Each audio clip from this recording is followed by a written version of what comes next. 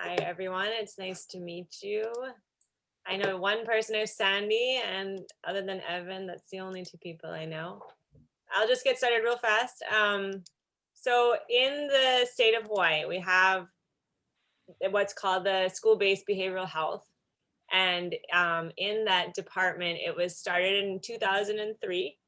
There was a big court case where the state was mandated by the Felix Consent Decree to create a system to support students who needed access to mental health services within the school system, specifically students who needed mental health services in order to access their education. So if they were having some kind of issue that prevented them from receiving this education that they're supposed to get, then they need services provided in the school system. So the state had to figure out a way to implement that.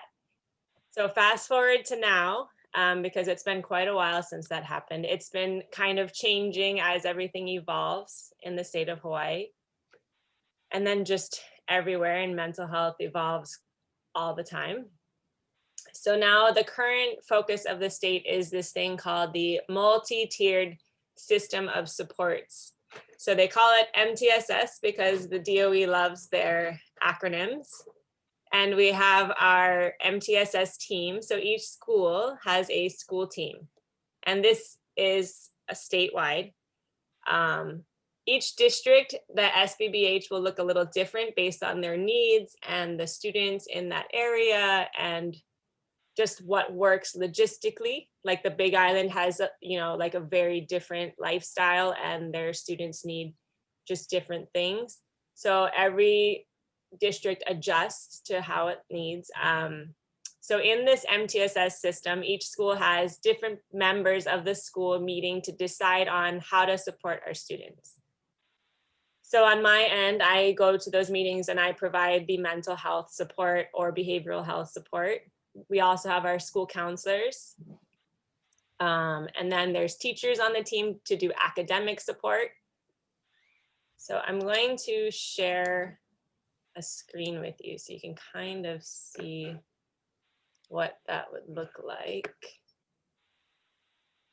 Let's see. Just so you can kind of see. You guys all see this, the academic and behavioral support matrix. So this is just an example so you can kind of get a visual of what it looks like. So we provide tier 1 services are for all students. So that's across the board and that's for every student.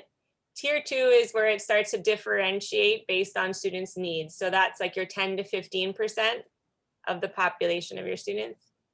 And then tier 3 is like your top end of the students, the 3 to 5% that really are high needs and need specific individualized support. So typically in my counseling caseload, most of my students are in that tier 3 range. They typically get more one-on-one support as opposed to all school support.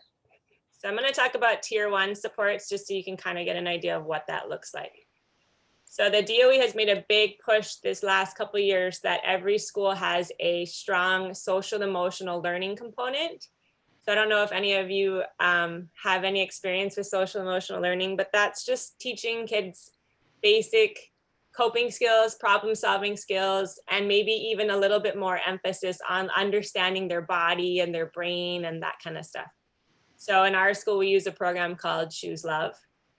It's actually created by one of the parents who her son was killed in the Sandy Hook situation. And so she created this program as a way of her coping with it. And it aims to teach kids how to cope with different kind of things in their lives. So all our teachers implement that system in their schools. It has lessons for them every week. And then they that's how our language is when our kids have a problem with each other or they have a problem just coping with something. We use the kind of common language throughout the school on how to help them manage those feelings. So that's kind of tier 1. There's also things like positive behavior supports, like every, like events in the school to support positive behaviors, kind of like we have events for the school where you have like games and stuff where every student gets to participate if, just to create like a sense of community at the school. So in the tier 2, sorry, we start to look at more like small group counseling and also just like working with the teachers to develop plans, like how to best work with that student, maybe meeting with the parents if they feel like they want to participate, meeting with the students one-on-one, or also in small groups where we create kind of like targeted issues for small groups of students. And then at the tier 3, these are the students who haven't really responded very well to either one of those interventions. And we start to look at individualized support. So that's where they get individual counseling. And that could be with the school counselors, that could be with me. We all work together. So we kind of just see like who's gonna work best with that student. Most of my students are on IEPs, which is stands for Individual Education Plans. So those are students who have specific needs that need to be addressed by specific plans in the school. Again, that's only like 3 to 5% typically. It depends on the school and the like the community you're in and what it looks like. All right, so as we go through these changes in the school system, we are, like morphing and changing how we approach students. Currently, we're designed to address school-based behaviors because that's our goal, right? As if we work in the school system, we're looking at school-based behaviors. Most of my students have like ADHD kind of things, like attentional issues, difficulty focusing. We also have students with difficulty with emotional regulation. And that just means their emotions are very all over the place and they have a hard time controlling that. There's a lot of students with motivational issues, like just school isn't really important to them, that kind of thing. Okay, so currently the big push in like all over the nation and also in Hawaii is trauma-informed care. So I don't know how much all of you have an idea of what trauma-informed care, but there is a big study done by Kaiser Health System. And they found these things they call them ACEs. They mean adverse childhood experiences. So in that study, they found that these ACEs experiences that include physical and emotional abuse, neglect, mental illness, and violence in the home, these kind of things actually have an impact on your physical health. So they increase disease, they increase chances for early death. So the majority of the students in my school, in this community that I work in, they have quite a high ACE score. The higher your ACE score, the more impact it will have on your life. So that's a lot what we're trying to train our staff. So we have monthly trainings for our staff currently in helping them understand what trauma means, because if you can understand where students are coming from, then you can work with them better. So like if a student comes to school and they're just like being really mean and having a really bad day and just yelling at you kind of thing, as a teacher, if you can understand like, okay, I know where they're coming from versus they're being disrespectful, it creates a very different response. And it's hard to have that response when you're being yelled at and stuff. So trying to help teachers understand that, then they can have that more compassionate, empathetic response, which helps build relationships and kind of help those children heal. So let's see. So as part of the trauma-informed care, other than informing our teachers what it looks like, we also teach our students about their brains. And in our SEL program, our social emotional program, we teach our kids about their brains and how to cope. So I'm going to kind of teach you guys what we teach them a little bit. So let me get my share. Let's see. Okay.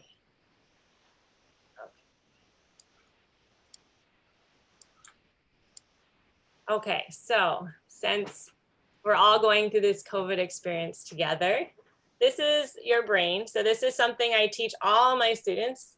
So they all know about it. Like my little kindergartners run around talking about their amygdala and their hippocampus. So I do my very best to get them to understand their brains, and it helps kind of not be judgmental about behaviors or emotions if they can understand where it's coming from.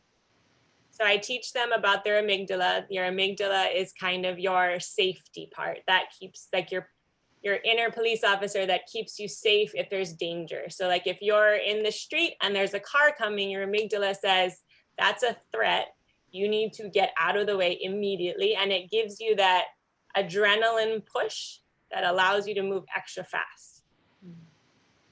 Then there's the hippocampus, and this is your memory. So this is where that trauma stuff comes in, because if you're taught certain things in your memory, you have different responses. So I always like to teach my kids, like, being from Hawaii, we all know what a wave looks like when it's coming down on us in the water. We know what's a dangerous wave and what's a good wave and what we can catch. So we're not necessarily scared of the water, but if you've never been around the ocean, you don't have that memory. So you're gonna fear something that you don't know based on your experience with it. Or maybe you don't fear it at all, and that's dangerous too. And those are emotional responses. And then there's the prefrontal cortex, which is where your thinking responses come from. So when you're in a state of stress, we talk about with our students, the amygdala and the hippocampus are reacting because they're perceiving threats. The problem is when they're overactive or there's trauma in somebody's life, they start overacting. So they start perceiving threats that aren't necessarily threats. Like some of my students will be like, that person's looking at me. And then I say, hey, they're just looking in your direction, but they see it as a threat just because of kind of where they've come from in their life. Okay, so that's kind of what we try to teach our kids. There's also we teach them about the fight or flight response and how that works and the chemicals that build up in your brain and your body and how that leads to stress. So we do a lot of breathing exercises in class. We really try to get them to just have some awareness, self-awareness, which helps them make better choices. So I wanted to share a movie clip if you guys are up to it. It's only 2 minutes, but are we doing okay on time? Yeah, we're doing good. Okay, so if any of you have heard of a movie called Paper Tigers, I don't know if anyone's heard of it. It's a documentary.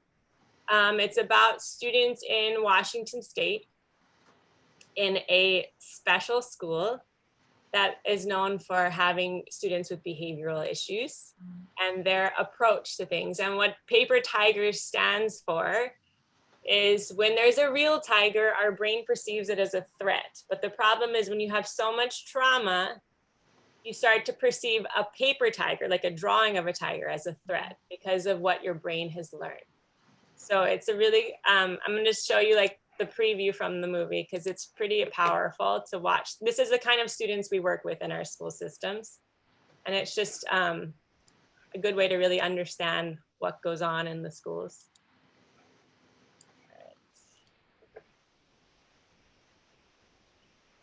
In every school in America, walking down every street in America, there are the kids that get labeled. Get rid of them. They're nothing but trouble. Lincoln sits right in the heart of the most assaults, gang activity, truancy. I did hear that it was the worst school you could ever go to. Kids had knives, fights, absolute chaos. He pissed me off and I threw a chair at him. And I told him I was going to kill him. All of them were met though. I was invited to go to a conference about complex trauma and what stress does to the brain.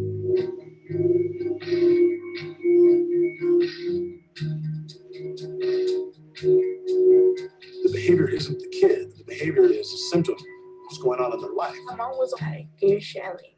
She's the only thing I had. And for her to abandon me like that. His coping mechanism was drinking a ton, smoking a ton. I remember one night,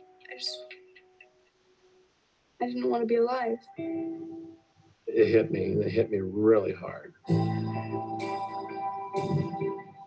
He have to unconditionally love them, and you have to believe that their behavior might be out of their control. I love playing guitar with several of these guys. I feel like that's almost as strong as anything we've ever done in class. After that, he wasn't only a disciplined figure, he was a friend. Half those student bodies had over a 3.2 GPA.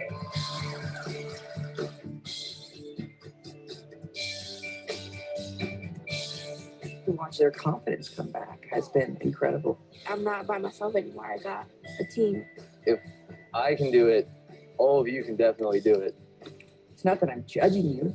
I know why you're smoking weed. I know why you smoke meth. I know why you're fights you don't want to feel. I mean, that's the big challenge is I'm asking you to try feeling for a little bit, because sometimes when you feel, it guides you in the direction that you should be going and not to where you are.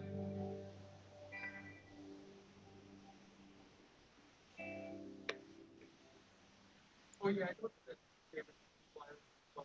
right, so that's just a short, if you have time to watch that movie, it was on Amazon Prime, but it's just really powerful in understanding where our students in general come from. The students that have behavioral issues, a lot of them typically come from environments that have created this trauma. But the thing about the film, and also with trauma-informed care, is that just because you have trauma doesn't mean it's going to happen.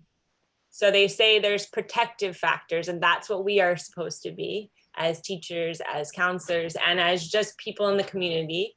We can all provide that protective factor, and protective factors are actually thought to be way more important than reducing risk factors. So even if you took away all the risk factors, it might not even change anything, but providing protective factors can actually change it much more effectively. So if we just provide that support and that teaching, like I have a student who now, he was always having some emotional regulation, and just through years and years of working with him and with his family, he's learning how to understand. So he still has those rough moments, but he understands where it's coming from, and he can be aware of it in the moment. So he knows it's not permanent. It's not gonna end. It's just another bump in the road that he will get through. So he has that confidence to know that. So that's pretty much it. If you guys have any questions, I figure it's a good time to have questions in the last few minutes. I know that there were some questions possibly about COVID and what it looks like right now for this kind of stuff during COVID. So feel free to ask questions. So I'll just have it where essentially we'll ask questions till 8:30 and then end the meeting. So we're just like a minute or two late. But if anyone has questions, definitely suggest you ask if you're interested, or I will ask questions.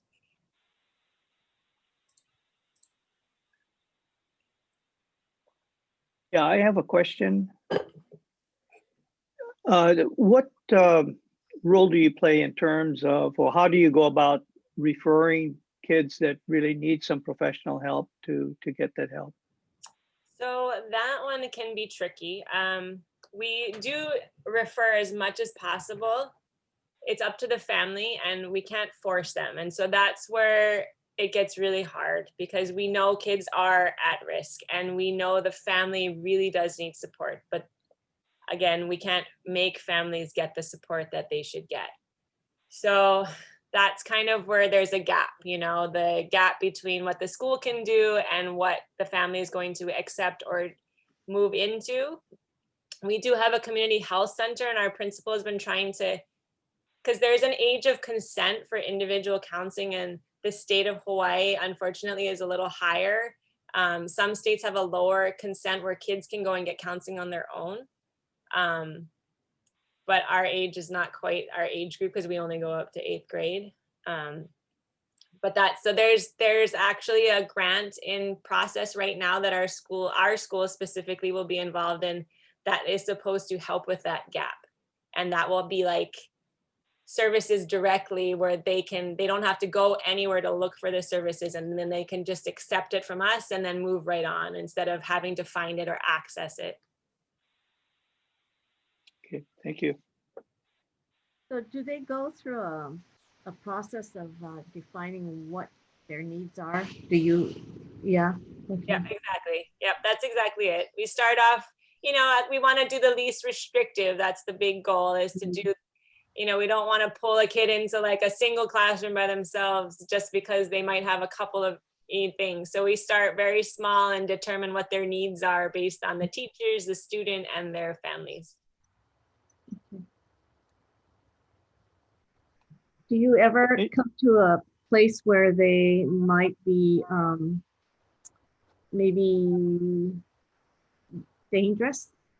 I only say dangerous because you know what I mean. It's like, yeah, no, I mean, I would say my school in particular, there's been a lot of changes. When I first started as a very new therapist here, there were a lot of fights, a lot of desks being thrown at teachers and myself. I've had to hide students in my office from other students. oh my gosh. But I would say that as a result of, our principal has been here for quite a while, and the school itself has changed their response to like discipline and that kind of stuff.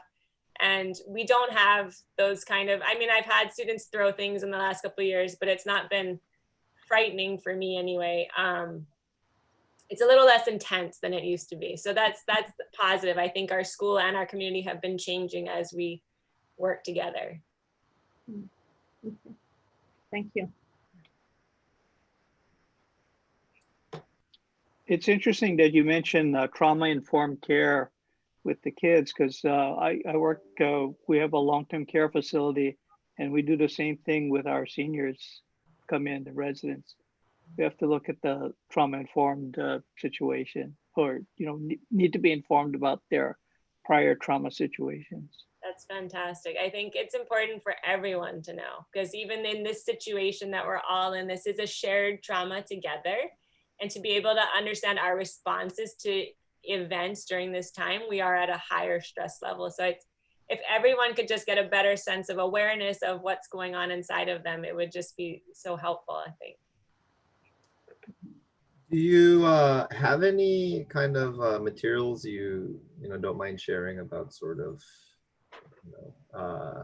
kind of a response, the emotional response versus ways to kind of cope with it?